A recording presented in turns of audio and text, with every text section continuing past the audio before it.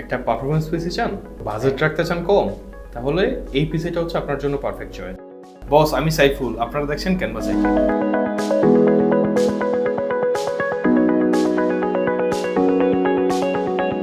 এই পিসিতে আপনারা খেলতে পারবেন GTA 5, ভ্যালোরেন্ট, ফিফা, সাথে ভিডিও এডিটিং, গ্রাফিক্স ডিজাইন তো থাকছেই।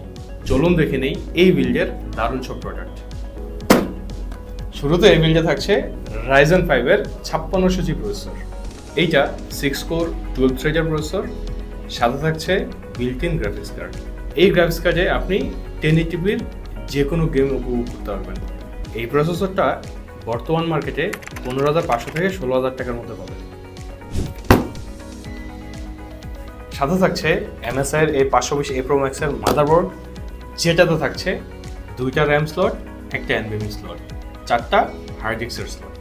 MSI এর এই মাদারবোর্ডটা বর্তমান মার্কেট থেকে যদি কিনেন তাহলে 8,000 টাকার আশেপাশে কিনতে পারবেন। র্যাম এদিকে আয়।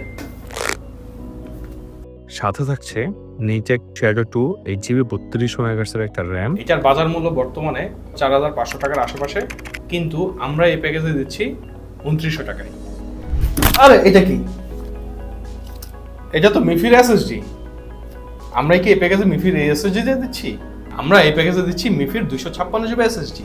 এই এসএসডিতে পাচ্ছেন read 3300 megabyte per second, write 1700 megabyte per second.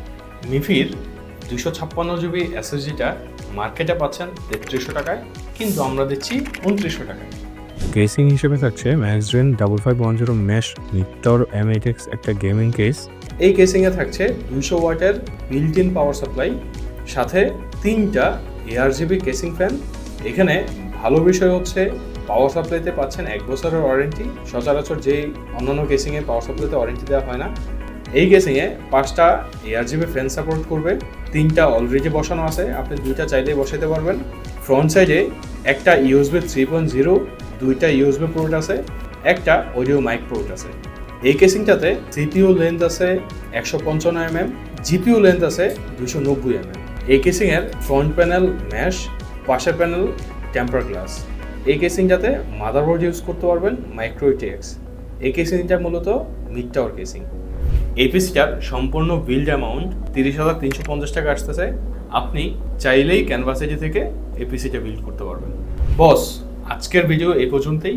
পরবর্তী ভিডিওর জন্য ক্যানভাস আইটির পাশেই থাকুন।